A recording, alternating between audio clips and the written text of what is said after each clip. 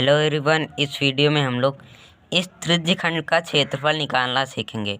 यदि आपने इस त्रिज्यखंड का क्षेत्रफल निकालना सीख लिया तो आपको किसी भी प्रकार के त्रिज्यखंड के क्षेत्रफल निकाल सकते हैं केवल एक फॉर्मूले से। तो हम लोग पहले देख लेते हैं कि हमारा त्रिज्यखंड क्या होता है और फिर हम लोग इसका क्षेत्रफल निकालना सीखेंगे। देखिए, मैं आपको नीचे समझा देता हूँ त्रिज्यखंड होता क्या है। त्रिज्यखंड जो होता है वो आपका एक वृत्त का ही भाग होता है। कैसे? देखिए, ये एक आपका वृत्त है और इस वृत्त में ये आपका केंद्र होता है और ये दो मैंने ऐसे त्रिज्या बना दी।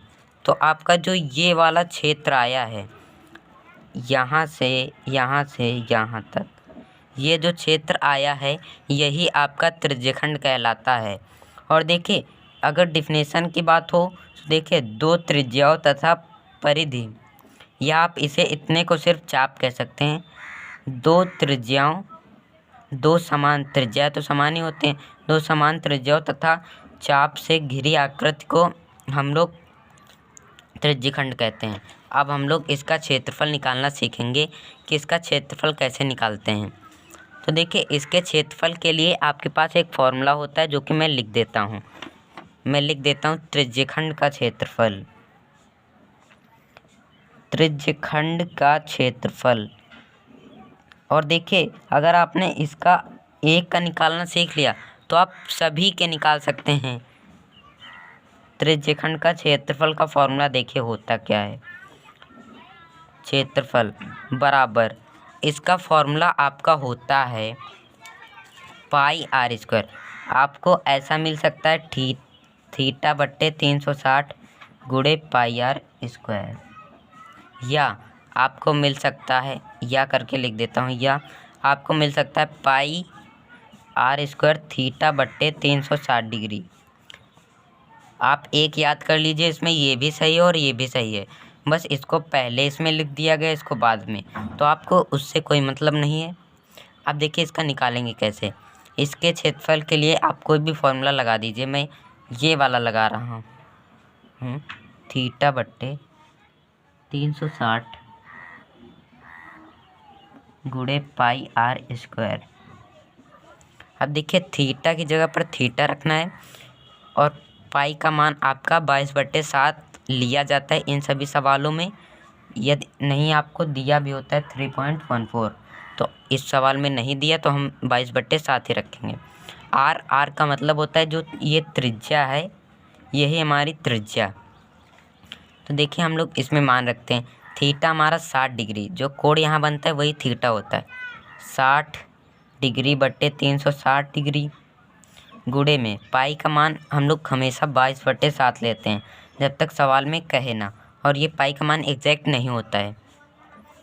और आर स्क्वायर का मतलब होता है इस 7 का स्क्वायर। अब देखिए, इस 0 से ये 0 कट गया, 6 से ये कट गया, 6 36, इसलिए यहाँ 6 आ गया। और देखिए, 2 से कट रहा है, 2 1 2, ये 11 हो गया, 2 3 6, तो हमारा आ गया 1/3 गुणे 11/7। और 7 के स्क्वायर का मतलब होता है 7 गुणे 7, तो हम लोग 7 से 7 काट दिया, तो ये हमारा कितना आया, 7 11 7 77 और बट्टे में 3। अब देखिए, इसको हम लोग भाग कर लेंगे तो हमारा आंसर आ जाएगा 3 दूनी 6। मैं आपको भाग करके दिखा रहा हूँ, 77, 3 दूनी 6 हो जाएगा, बचेगा 1, तो ये ऐसे यहाँ आ जाएगा। और 3 5 15, 3 5 15 और यहाँ बचेगा 2। अब हम पॉइंट लगाएंगे, 0 बढ़ाएंगे, तो हमारा 3 3 6 18, फिर से 2 बचा तो ये 6, इसी तरह रिपीट होता जाएगा। तो हमारा 25.66। और सेंटीमीटर, अगर अभी कोई आपसे पूछे आंसर सही है तो आप कहेंगे गलत, क्योंकि हम लोग क्षेत्रफल को स्क्वायर में मापते हैं। तो ये हमारा 25.66 सेंटीमीटर स्क्वायर इसका क्षेत्रफल आपका निकल आएगा। तो देखिए, सबसे पहले आपको ये फॉर्मूला लगाना है और इस फॉर्मूले पे मान रख देना है, आपका सिंपली आंसर आ जाएगा। इसके लिए आपको कुछ भी नहीं करना पड़ेगा। और आप लोग अगर ये सीख गए हों तो मैं एक ये वाला क्वेश्चन दे रहा हूँ, आप इसका आंसर कमेंट में ज़रूर करें।